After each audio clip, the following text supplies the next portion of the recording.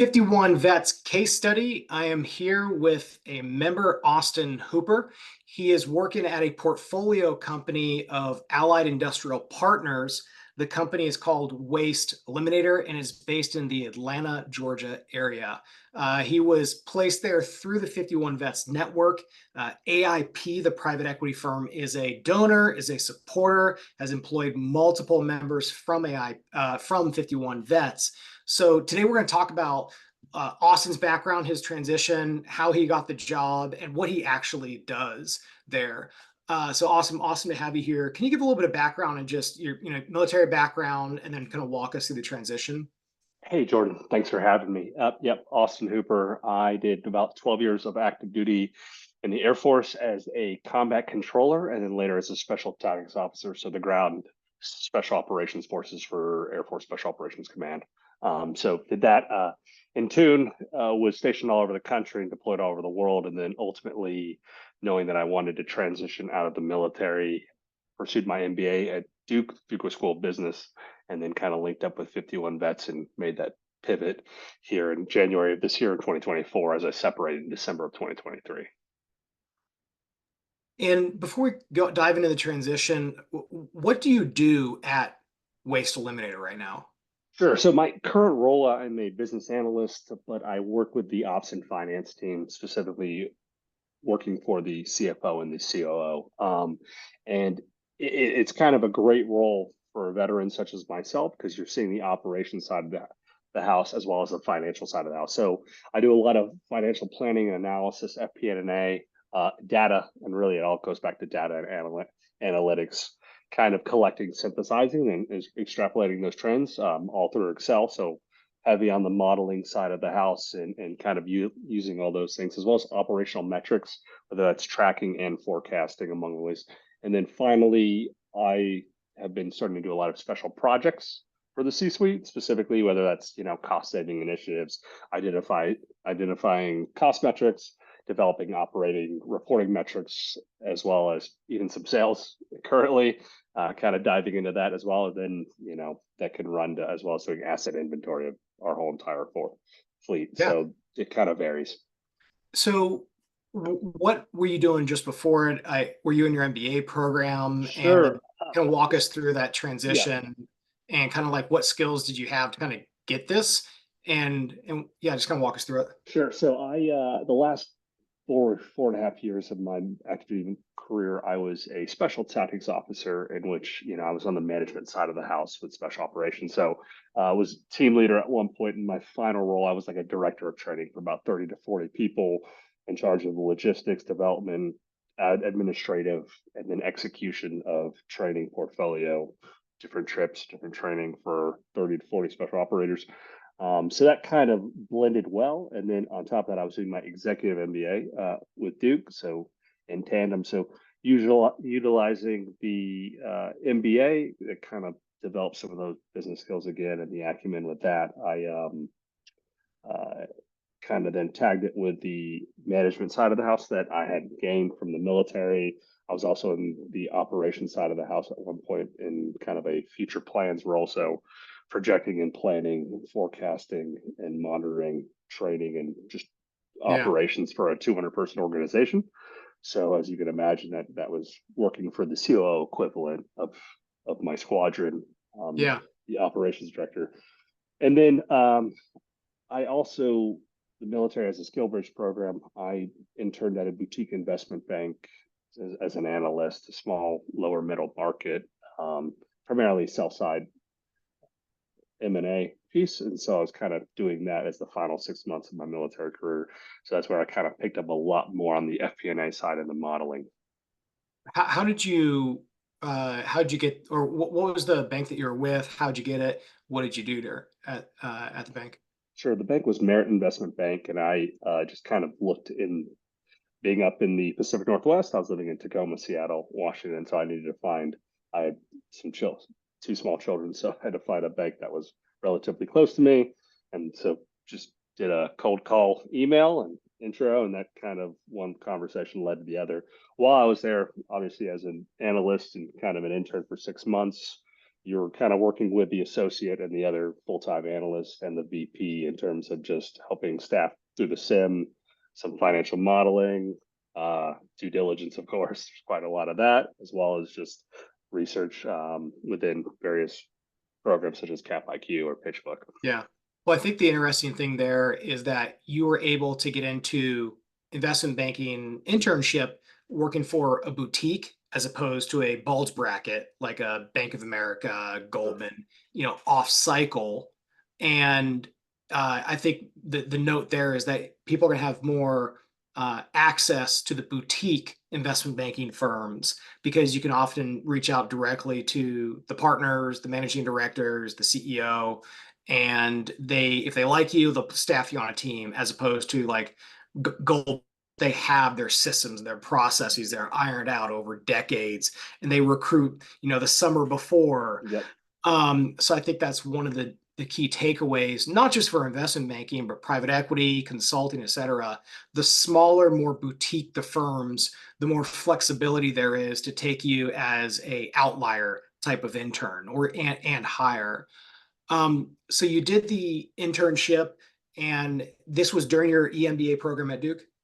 Uh, no, I had wrapped up my EMBA in the spring of 23, and then I started in the summer of 23. So there was like a month or two gap, and then I started into it. Okay. And then did you have any internships during your EMBA?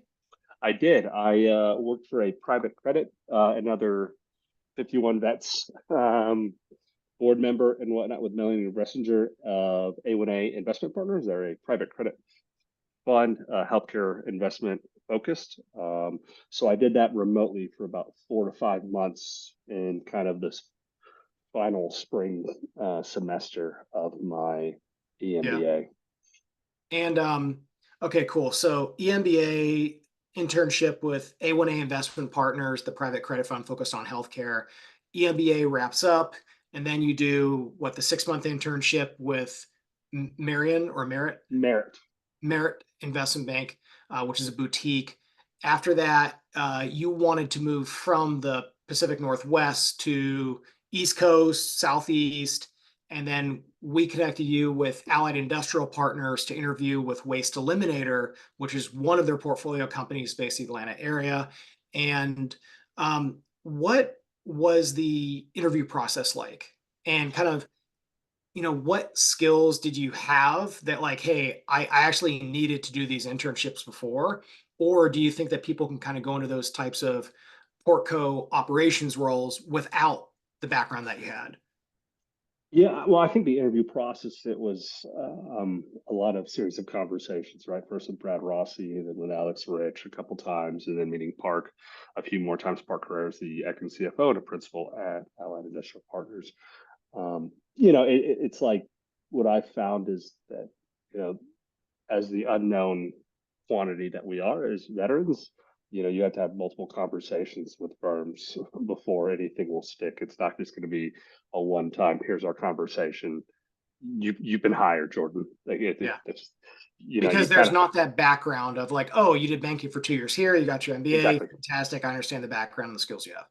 Sure, exactly. So, I think, well, certainly that's at least from my perspective, granted, I've only been here 7 months, give or take, right? Is that at the portfolio level, you can have an operational background without having the experiences that I did, but you'd be more in that management, right? Middle management, working on the operational side of the house. But that being said, I'm in sort of this special hybrid role where I'm touching both finance and operations. And I think having a little bit of that financial modeling background within private credit and investment banking definitely is a plus to that. Unless you're doing like a full-time MBA, but even then you'd have an internship, and then between that first and Yeah. second year. Well, walk us through some of the stuff that you've been working on, stuff that we can talk about publicly of maybe particular projects or things that you've just been kind of working through. Sure. So, one of our biggest things is at portfolio companies, right? You're trying to grow this company, and they either grow it organically or they grow it through M&A, particularly, right? The two ways to go, and a lot of these companies get when they're growing and developing, there's a lot of low hanging fruit, if you will, in terms of just cost savings. And for example, we're like, facility upgrades and identifying processes that can be improved upon to do that. For example, kind of going back to cost saving initiatives here, like I'm personally looking at ways, how do we identifying, the major cost drivers of our business and the operational expenses, and how can we improve upon that, and whether it's that reporting, how is there a process that we can do. So I'm currently underway with that. Another thing, like I mentioned, was operational reporting metrics, right? That's a lot of things, is the data that we need in order to make informed decisions. So a lot And of is that these because the different locations, had, you know, certain high level metrics and data they're reporting, but it wasn't like the second, third, or deeper levels of data and how to find it and then how to report it? Yeah, I would say so. From what everyone has informed me as well, is when you also bring in M&A, that one acquisition might have reported and developed a reporting metrics that are completely different from the parent company, right? So getting everybody on the same page, and then in just terms of having that information readily available, then you can then start seeing at trends, right? And then you can start actually making real world decisions based upon data to say, I know everyone feels like it should be this way, but the data is telling us it's clearly we're missing the boat on X, Y, and Z. So we have a couple of different facilities, like a depackaging facility, if you will, or a machine, and so we didn't have any reporting metrics on there. So myself and Matt Ball, when Matt was with us, we had to go down there and work at the facility for a few days, and then develop a plan on how they're actually going to report this back to us, so that we can collect the data and then start developing those trends. For example, then it could even go into sales, right? Kind of help out as the team. Like, these teams run lean typically, so you're there to help facilitate whatever's needed to help grow this company. So I've been actually getting into some sales as well. So that's been kind of a really good experience to kind of see Yeah. quite a few different um, verticals within the company, if you will. Yeah, I think one of the takeaways here is that if people are interested in working for portfolio companies in the lower middle market, call it 2 to 10 of EBITDA, there's more opportunity to have a broader scope of things that you're working on. And that's just because of the size and shape of those businesses. They have not ironed out and developed every function of the business at scale. And I think that's one of the interesting opportunities of people working in Portco operations. Um, Yeah. what are some of the key lessons from your transition on things that you did well and things that you wish you would have done differently? I, I think what I did well was at least getting some of that requisite experience in terms of actively, and that's kind of on the individual, right? To get experience where you can, and it may not be in full time in person, it might be remote, but at least, excuse me, having those talking points and being exposed to it. I think a lot of big things is exposure. So when you're having conversations with people, you could have those be on the first level conversation of introduction and asking what investment banking, consulting, PE, Portco ops is, for example. So you can actually kind of speak the lingo. What I didn't do well is, I think, is you can't really control timing with the military, and I separated in December. That's off cycle for a lot of hiring and a lot of things. So starting even earlier to network with people and starting getting on people's radar as you develop. I kind of started a little bit later, and I then was jumping through a lot more hoops, was a lot more stress upon myself and my family to try to find employment, and everything worked out the way it was, and I'm really thankful for that. But planning, giving yourself a longer runway is essentially. What has 51 Vets kind of done for you, your transition, and just kind of broadly, like what has 51 Vets done for you? I mean, first off, obviously I wouldn't have a job without 51 vets. So we could just we could just get that one out the way real quick. um, but I think for me specifically, it put me in touch with individuals who come from the same cloth, if you will, right? Like fellow soft veterans that I know I can speak to that have either gone in that through that same process, working through step side by side, if you will, or then working with talking to a plethora of individuals who have already transitioned out, but then we're able to kind of provide that helping hand and that guidance and that those recommendations. And I was able to take part in the city summit in San Francisco, and that was a great exposure to kind of at least vector myself, if you will, to where I think I'd fit a lot better. And then having just follow on conversations and opportunities with other members. That's awesome. And so we connected you with the internship at A1A, the job at AIP's Portco Waste Eliminator. It sounds like the community of people who are also in transition, but also who have gotten their first job or even second job. What was it like in terms of managing the process? Like, did you feel you were alone at times during your transition? Did 51 Vets provide a community, or what? Um, can you talk to maybe the community dynamic of it? Sure.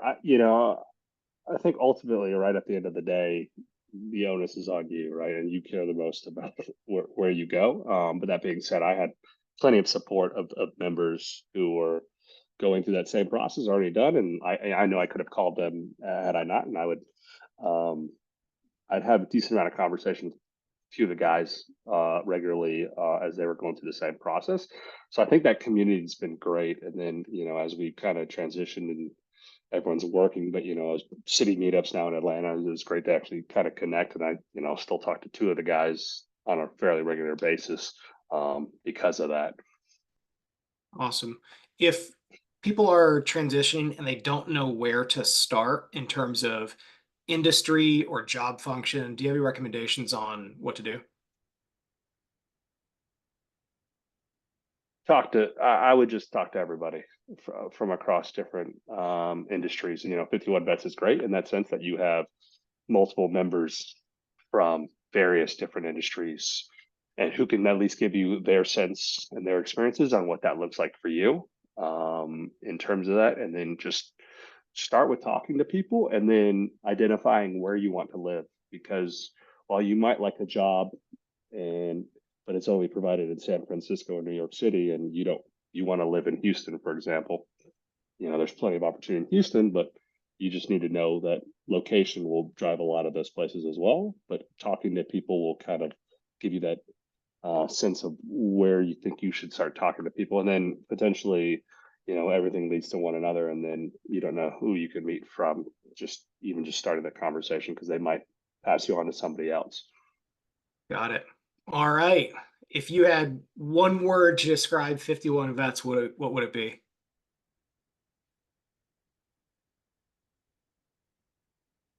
Oh man, um, It could be multiple words too. fantastic. There we go. It's a good place to end. Congrats on doing the internship, uh, getting the job, being over 6 months into it, and I think it's a really good pathway for people to consider. And it's good to hear kind of what you do at the job.